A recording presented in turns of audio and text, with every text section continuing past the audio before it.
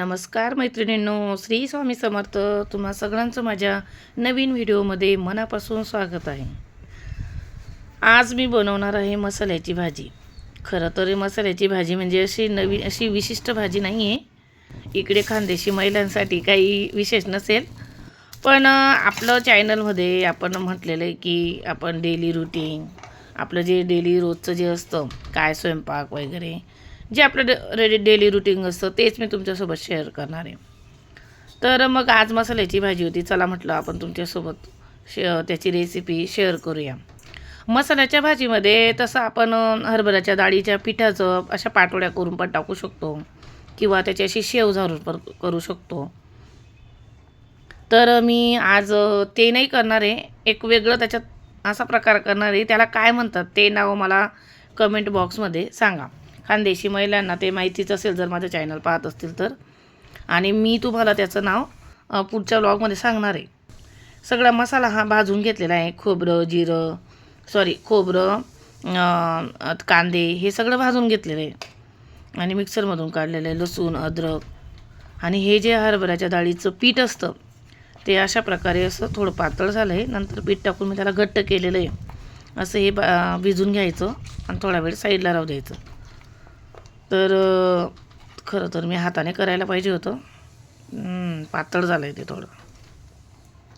तर असं हे याच्यात थोडं चटणी, थोडंसं ओवा जिरं टाकून लसणची चटणी असं हे करून ते घट्ट पीठ करून घ्यायचं. हे बघा असं घट्ट केलेलं आहे. आणि त्याच्यानंतर मग साईडला इकडे आता फोडणी देऊया. तर ही मसाल्याची भाजी याच्यामध्ये मी आता काय टाकणार आहे म्हणजे काय करणार आहे, त्याला काय म्हणतात त्याचं नाव तुम्हाला नक्की मला सांगायचं आहे. पूर्वी असं होतं, ही मसाल्याची भाजी म्हणजे अशी खूप काही विशिष्ट मानलं जायचं. आजकाल की नसतं, कारण कसं असतं आता आठवड्यातून 2दा-3दा मसाल्याची भाजी होतेच. तसं या भाजीमध्ये परत अजून आपण असं सातपुरच्या पाटोड्यांसाठी पण याच पद्धतीचा तार बनवला जातो. फक्त मसाल्याचा जो आपण गरम मसाला टाकतो ना, तोच सगळ्यांचा वेगवेगळ्या प्रकारचा असतो, म्हणून त्याची चव ही वेगवेगळी असते. पण आजकाल तर असं झालेलं आहे, जास्त हेवी मसाला पण टाकला ना ॲसिडिटीचा त्रास होतो. मला तर खूप त्रास आहे, म्हणून मी एकदम लाईटच भाजी करते. आणि तेल तर आहे ना, तेल नकोच, तेल शरीरासाठी खूप घातक असतं. म्हणून हे बघा मी थोडं नॉर्मलच तेल टाकलेलं आहे. कमी तरण येईल चालेल, तरणाची जास्त पण भाजी नको शरीरासाठी. तर नाहीतरी आमच्याकडे खूप फिकट खातात आणि जास्त तरण पण नाही आवडत. हे बघा मी असं धण्याची पूड थोडी जास्त टाकलेली आहे आणि आपला घरातला जो गरम मसाला असतो तो नंतर ॲड केलेला आहे याच्यात. तर अशा पद्धतीने हे बघा तो थोडा पातळ झाला होता, असं कोरडा होईपर्यंत त्याला तेलातच भाजू द्यायचा. मग चांगलं असं फ्राय झाल्यानंतर मग त्याच्यात पाणी सोडायचं. अशा प्रकारे मी ही भाजी करते. हे बघा असं कोरडा झालेला आहे बघा, आणि ती स्टीलची कढईमुळे ना त्याला परत हलवावं लागतं. आणि असं थोडं पाणी सोडत आणि थोडं गरमच पाणी टाकायचं.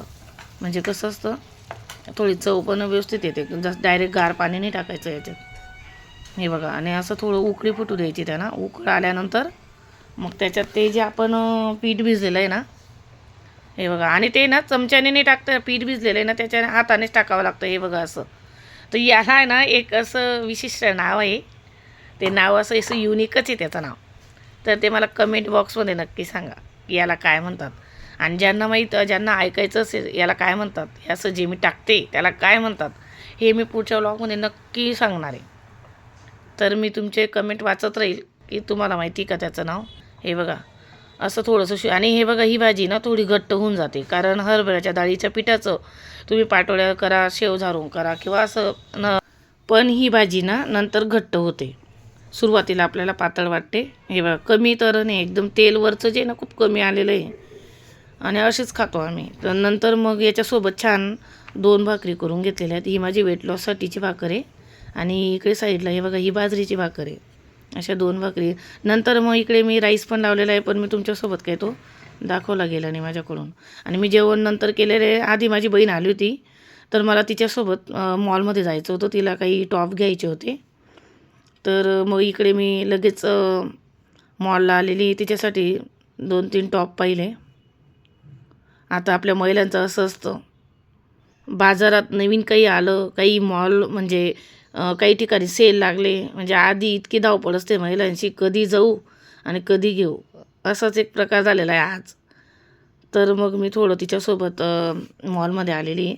चला तर मग असेच नवीन नवीन व्हिडिओ तुम्हाला पाहायचे असतील किंवा माझा व्हिडिओ आवडला असेल तर माझ्या चॅनलला लाईक शेअर आणि सबस्क्राईब करा. तोपर्यंत सगळ्यांना श्री स्वामी समर्थ.